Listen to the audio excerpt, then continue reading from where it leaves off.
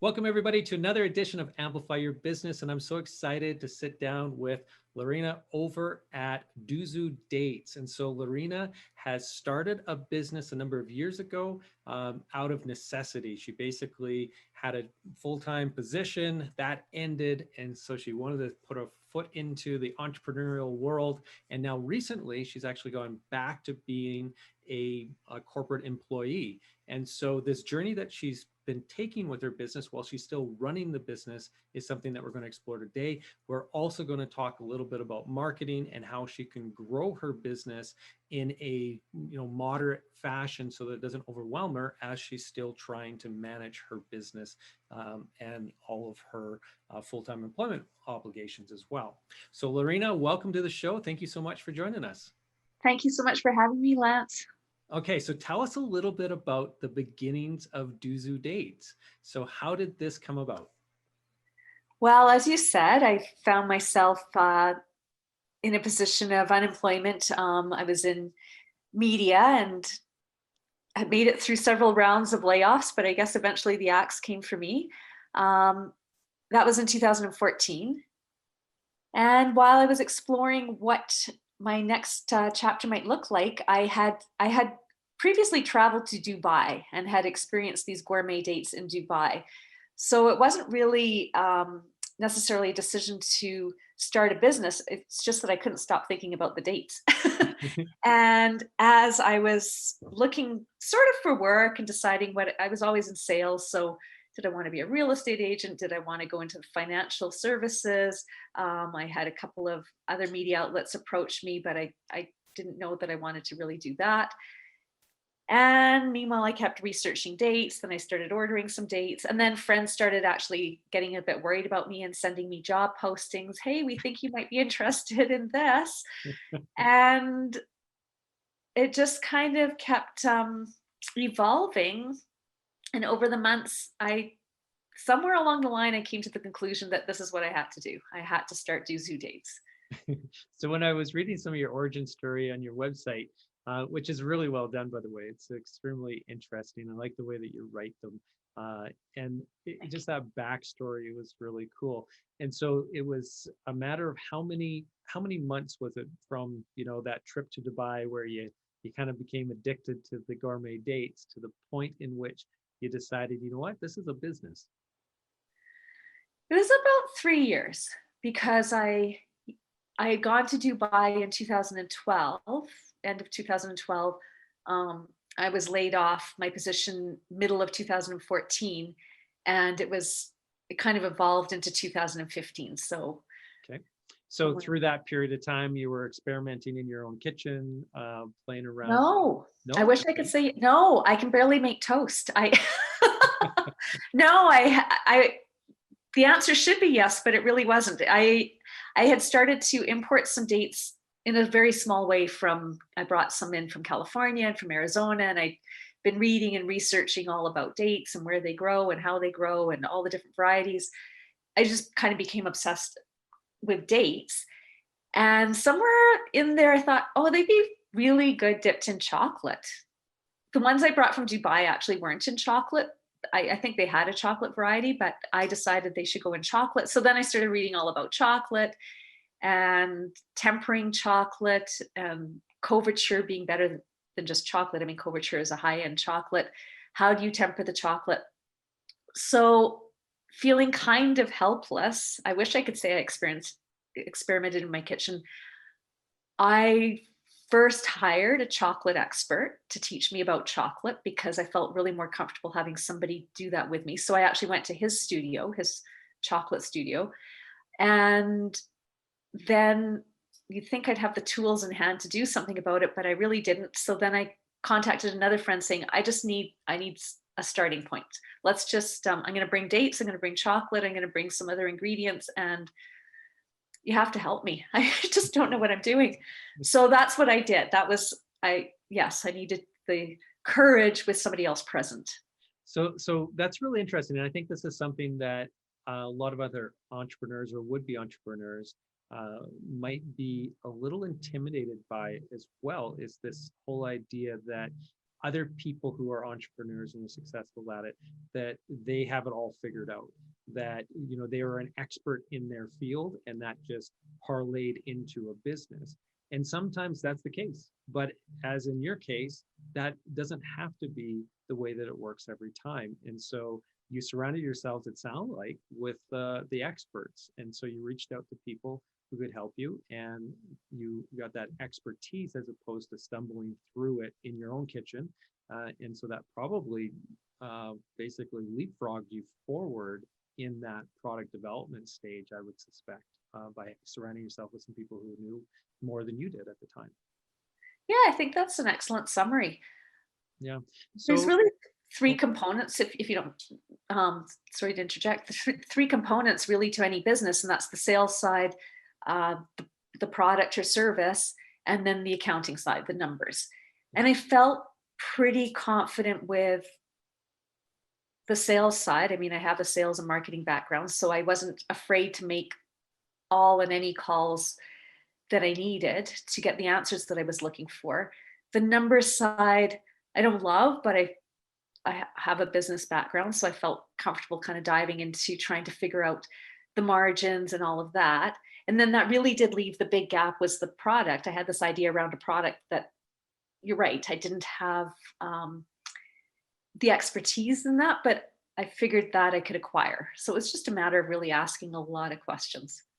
yeah, and that's the best way to learn. And then as you're doing it, getting in there and actually doing some of that stuff, right? So then you start playing around with some recipes with these people who you've surrounded yourself with. And so where was your first sale? Did you go to farmers markets? Is that what was happening? Or did you jump into chasing after store retailers or something to that effect? No, kind of neither. I, again, the obvious path isn't really the path, but I guess initially they weren't farmers markets. A friend of mine was dabbling with art and trying to explore showcasing her art, and she was setting up some small pop-ups with local artists, and that became my first venture, was having some of my dates at her art gatherings and letting people sample them and getting some feedback. And I did surveys to those events to say what they liked or didn't like, and just had questionnaires Nice. because I really wanted to get enough feedback to know that I had a decent product. I liked it, but I knew I was just a sample of one. Did I do thousands? No. I mean, maybe that might have been a better strategy, but I just yeah, people seem really excited. So that, and then my first sale was a friend of mine who owns a boutique financial services business, and he puts baskets together for his clients every year, and said, well, let's put your dates in the baskets. And he bought 15 boxes, and I was really excited. And it was roughly at that time a $250 sale. So that was the moment where I thought, wow, I know he's a friend, but he's willing to pay for my dates. That's exciting. Yeah, that is really exciting. And so then from there, now you're in a bunch of specialty retailers, as well as Yeah. you have your online store too. And then we're filming this right now in the early part of 2021. So we're still in the pandemic. So farmers markets really aren't an option. But is markets normally an option that you're attending as I did a well? lot. I have done and did do a lot of farmers markets. Again, it was really, really intimidating. And frankly, I didn't, and part of it's fear. I mean, the whole journey is really overcoming your own fears. Mm-hmm. I was scared to go into farmers markets because partly I had some negative perceptions around what that might look like. And secondly, I thought, oh, what if maybe nobody's going to like my dates. So I really, in some ways, I needed to find out, but I didn't want to find out. And to fast forward into why I did it, there was an option to access some government grant. The Alberta and Canadian governments in the agri-food side of the business are very, very supportive of small businesses in my sector. So Mm-hmm. if anybody's listening to this and is interested in developing a product, there are grants available. But one of the criteria for applying for that grant was that I had to be in farmers markets. So I got my I got myself into one of the last couple of the season. And I mean, I wish we might pull up a picture if there's a chance on this podcast, but I did a farmer's market. I mean, really, the picture's hilarious. I didn't realize I needed to bring my own table. And they said something about needing a hand wash station. So I brought a bucket, and because that was on the list of things you need for a hand wash station. Didn't really actually know what the bucket's for. Apparently I needed also some running water that I didn't have. So I had a bucket. I had 2 trays of dates that maybe totaled 200 dates that we'd hand dipped, and no table. And and an easel with my friend's art. I said, I'll showcase your art. Yeah. So there I was with these 2 trays of dates and a bucket and no table. So actually the bucket became the table for the trays of dates, till a friend of mine nicely showed up to bring a table to me.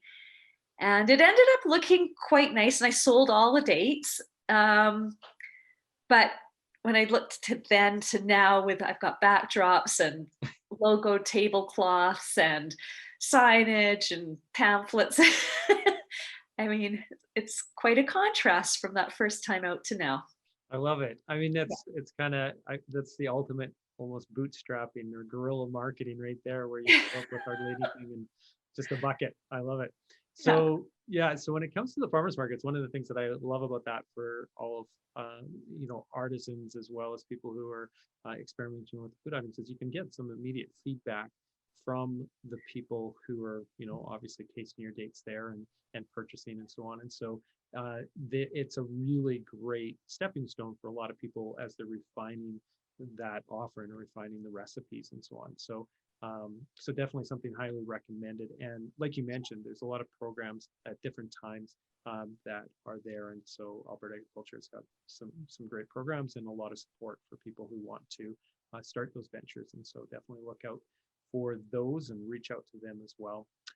So you're doing some farmers markets. Is there any other sales channel that we're missing? So you're selling through farmers markets, you're selling through the retailers as well as online stores. Is there some more?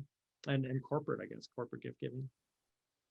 Yeah, really after that initial corporate order, and then learning about the government grant, and the one farmers market I did for the first, no, it's actually not. I was going to say for the first while, I actually just did farmers markets, but quite quickly I was approached by Calgary Co-op.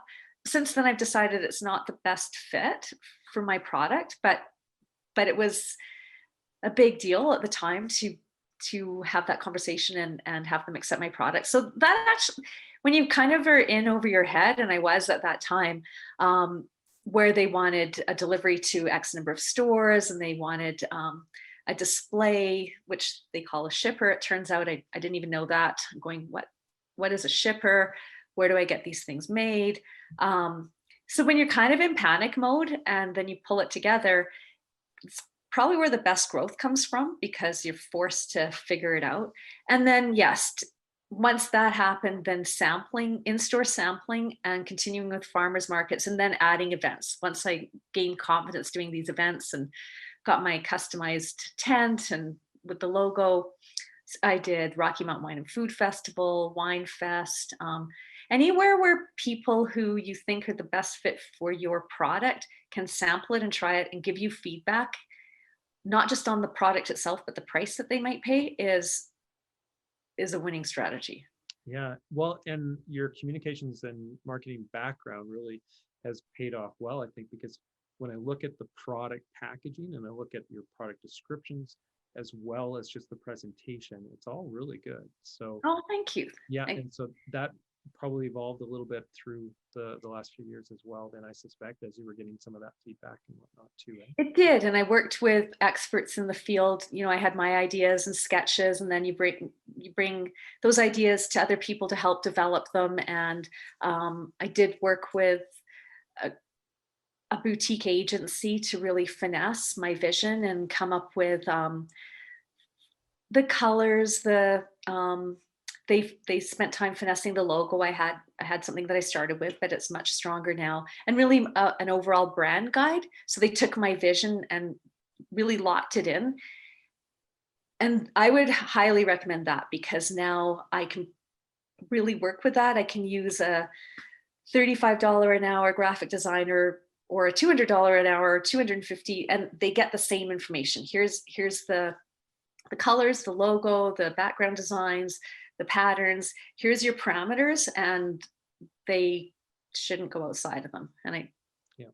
Yeah, consistency is super important when it comes to branding your product and basically marketing yourself and your product. Because if you end up with a lot of inconsistency in the different types of placements that you have it, whether it's the packaging or whether it's your social posts or your e-letter newsletters or your website, it's you want to have that consistency of brand image, which then elevates your brand and creates greater awareness, recall, as well as loyalty typically. So very, very yeah. important.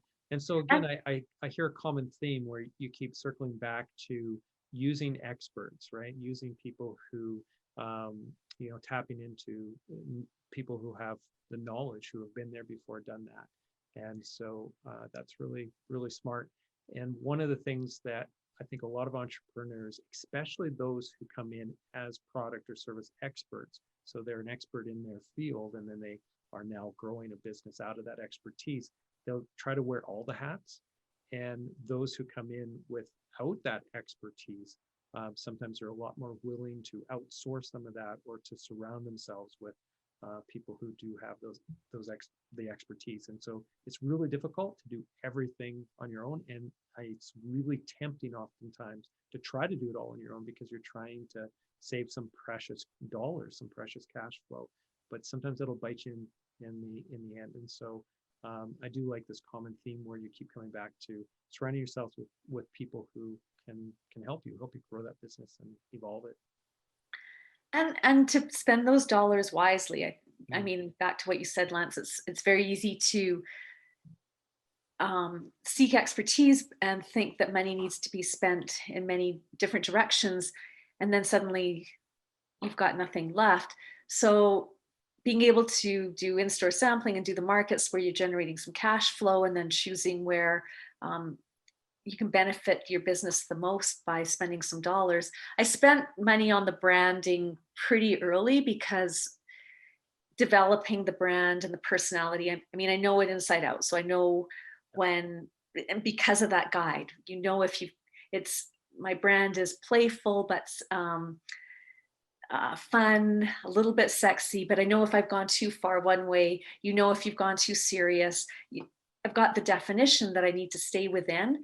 And that really helps move the rest forward. Yep.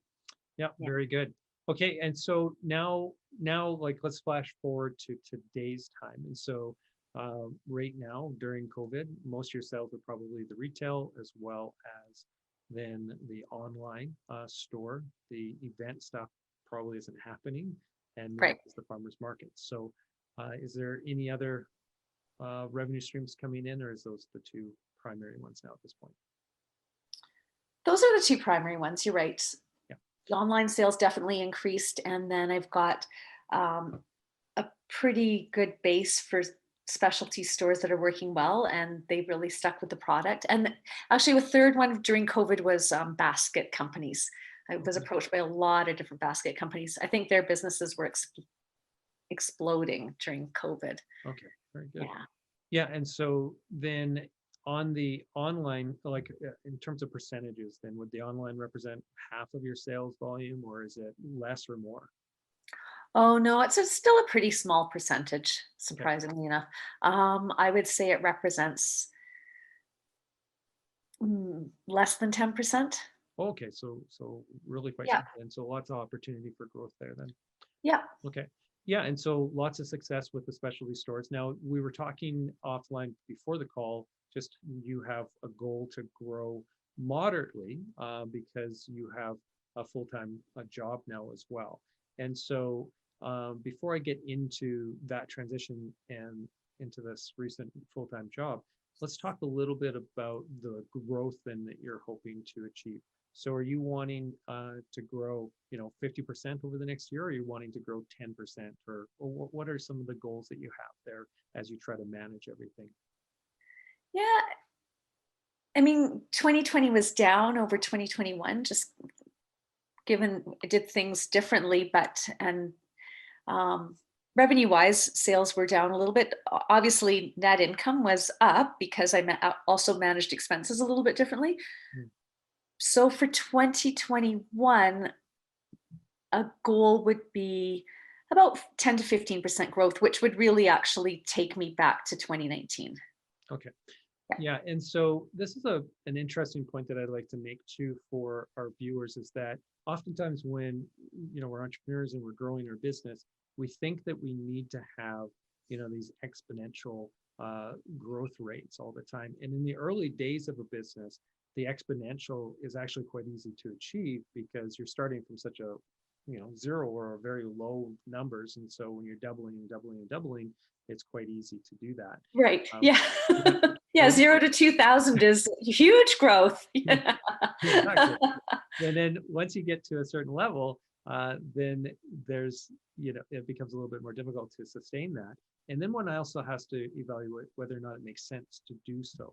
And so, like you said before, as you had a dip in total revenues in 2020 compared to 2021. But the difference is in 2020, you were also had a full-time job. And so you weren't able to dedicate the same amount of time. So I'd imagine a lot of it had to do with that. But then you were able to manage your expenses better. So from a net income standpoint, you maybe came out actually better. And so this is one of the things that I think that we lose sight of is that we always think that we have to generate more revenue every year. But it's actually can be much more profitable to focus on the expense side of the balance sheet and really try to manage efficiencies and manage your expenses. And so if you're looking for more net profit at the end of the day, more profitability and a healthier business, that actually might be an easier thing to do than to invest the time and energy in trying to grow your overall revenue. So that's a good point. In one thing too that I would stress on that as well is if you're there's a lot of people, and we did a show recently about selling your business, and so there's a lot of people that are thinking of potentially selling their business just because of the stresses of COVID and everything else and running businesses, and they want to maybe take a step back. If you are, then what you want to do is have that profitability line as good as great as you possibly can, because that's going to help with your valuation without losing sight of your sales. I mean, you don't want your sales to plummet, but that might be a better place to focus on to get a better return off of the sale of your business as well. So just really reducing those costs and increasing the profitability. So anyway, a couple points there I just wanted to quickly make. So when it comes to the growth plan, then you said that you'd like to see a little bit of growth on both sides, the online store as well as adding some retailers. For you, what do you think would be the easiest thing for you to do if you're looking at revenue growth? Is it the retail side or is it the online side of the business at this point? I think it would be the retail side, because by just adding even 5 retailers, the initial order alone, I've got minimums in place. My minimum for free shipping in province is $250, and out of province is $350. So right away, it's a $350 or somewhere in there order, versus online sales. They come in, one box at a time, or anywhere from 1 to 5 units at a time. The margin on those units is obviously higher because you're not selling at wholesale, but I still do have to find a box for it and package it and get it to the post office and all of that. So the packaging and the time it takes to do that can really actually add up. Yeah, fulfillment becomes an issue, right? Yeah. So, yeah, a lot of people, again, we've been seeing a huge explosion in online retail, or people being interested in doing online shops with their business. And once you start crunching the numbers, sometimes it doesn't make as much sense as maybe investing that same amount of time to expand your distribution network a little bit and be selling wholesale.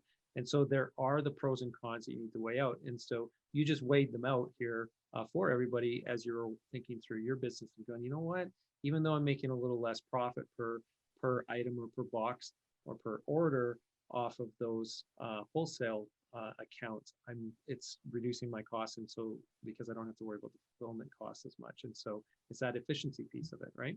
So there is that balancing act, and so when you start penciling things out as business owners, we really need to be conscious of that. So I love what it just did there in real time. And so if you're thinking about focusing a little bit more on the wholesale side of things, what's your plan there? How are you going to get more wholesale customers, more shops, specialty stores that are going to buy your products? Yeah, that's the part where, again, it's kind of happened over time where I start to feel pretty comfortable with what types of stores will work well with my business. And so I've got a target list, primarily in Alberta. I expanded a bit geographically. I'm in a few stores in BC and a few in Ontario and Manitoba, because that's where my roots are. But frankly, I might have overlooked how much there's still left to do here in Alberta. So I have a hit list, and that's where the sales part comes in, is identifying those buyers and making the calls. The other avenue, and I chose not to do it, is to hire a broker. I mean, a broker's job is to sell your product. There's definitely pluses and minuses to that. And I think when you're small, if you can make the call yourself, I mean, you're going to be the best salesperson for your product. Nobody's going to be as passionate about it as you will. I get that it's intimidating. People don't feel confident with sales, but brokers can be expensive. Yeah. And typically with a broker, then you need a distributor. So now all of a sudden you've cut significantly into your margin. Yeah. Yeah. And on top of that too, and this is one thing that, not to slag the brokers, because they, like you said, they play a very important role in the whole channel. But one of the challenges that I see sometimes with smaller brands or people who have smaller number of SKUs is that it represents such a small percentage of that broker's overall business that they have a hard time themselves dedicating much attention to it. And so it's just a passing comment.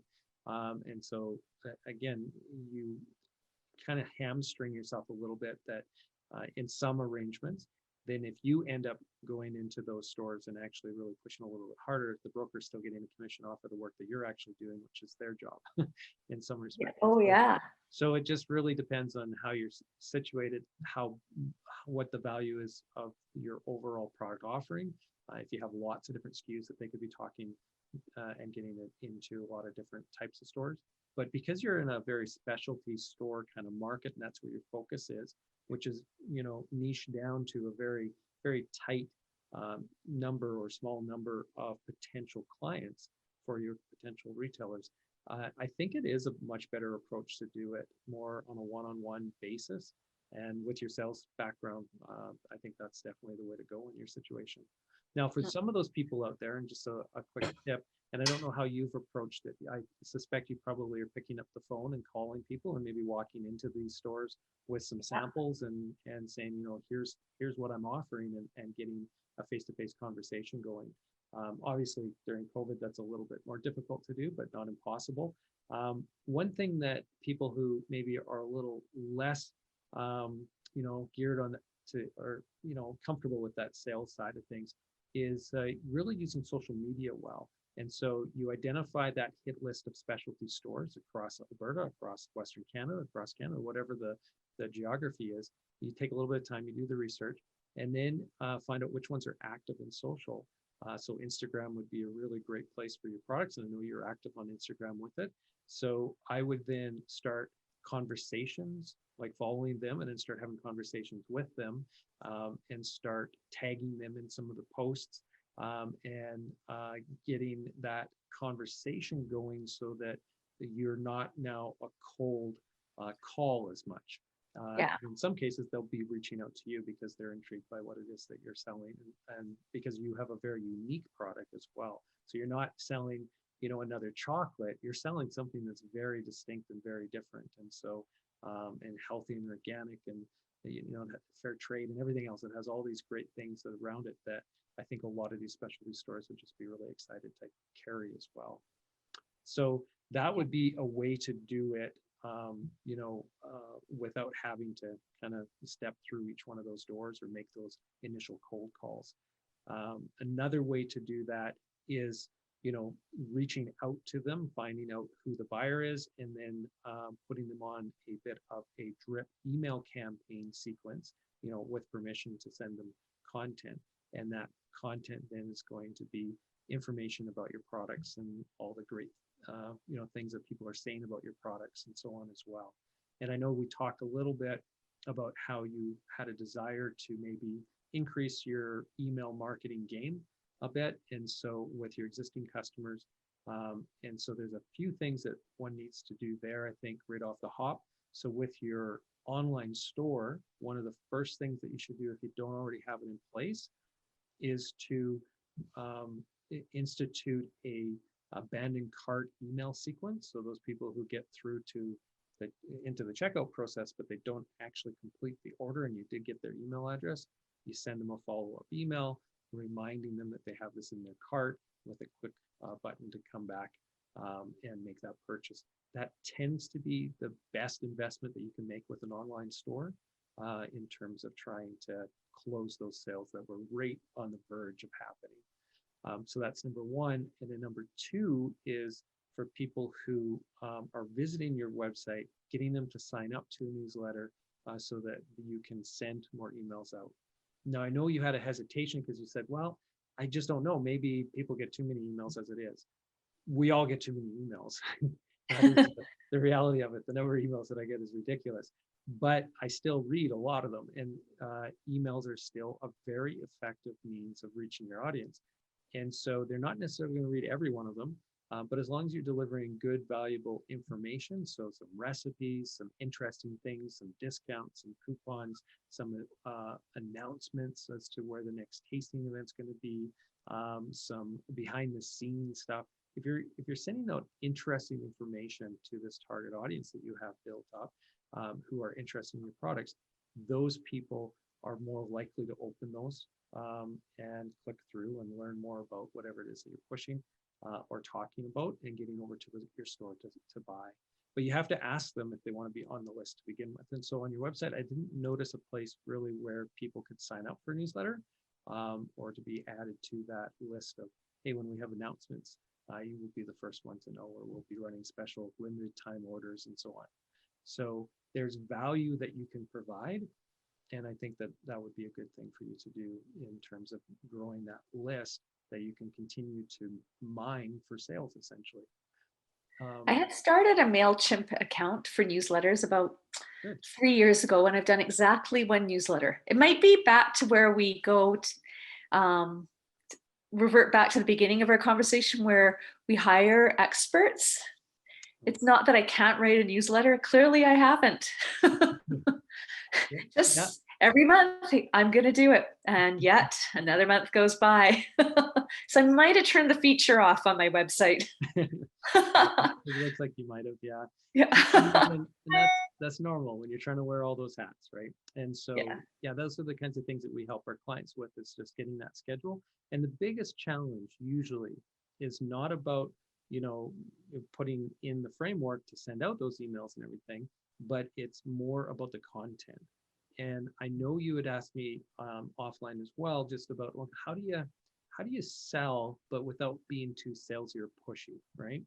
And so the answer there is to provide great content, because it's all about content marketing in social as well as in these emails. So you want to be the same thing. So you don't want to be shy about saying, hey, click here to order or to buy or whatever. But at the same time, the content you're creating, you want it to be engaging and something that's going to be really interesting for people to, watch or to read. And so the more that you can use really great visuals, the better it's going to be as well. And then really get engaging over in social media. So Instagram, I think, should be your friend. That should be your priority number one in terms of platforms, because you have such a beautiful product, right?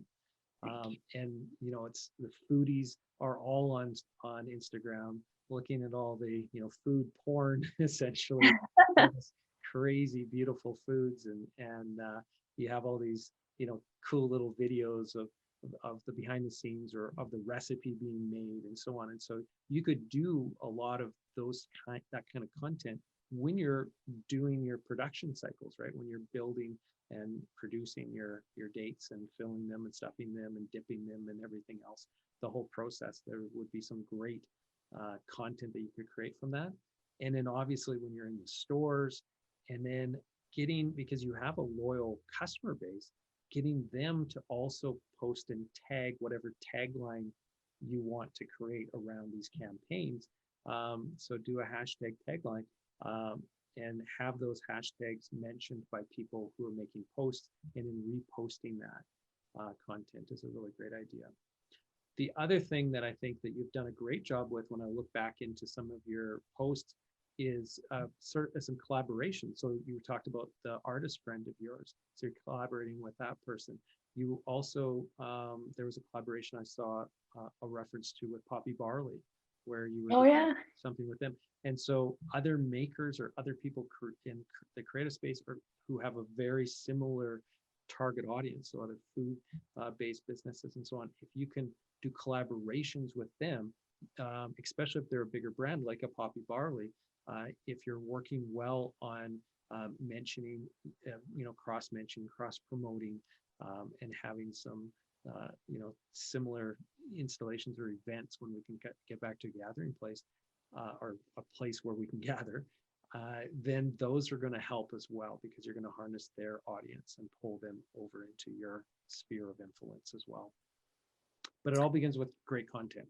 That's the end of the day. I think I just need somebody to get me started. Maybe you can help me with that. We definitely can, so we can talk more about that. Yeah.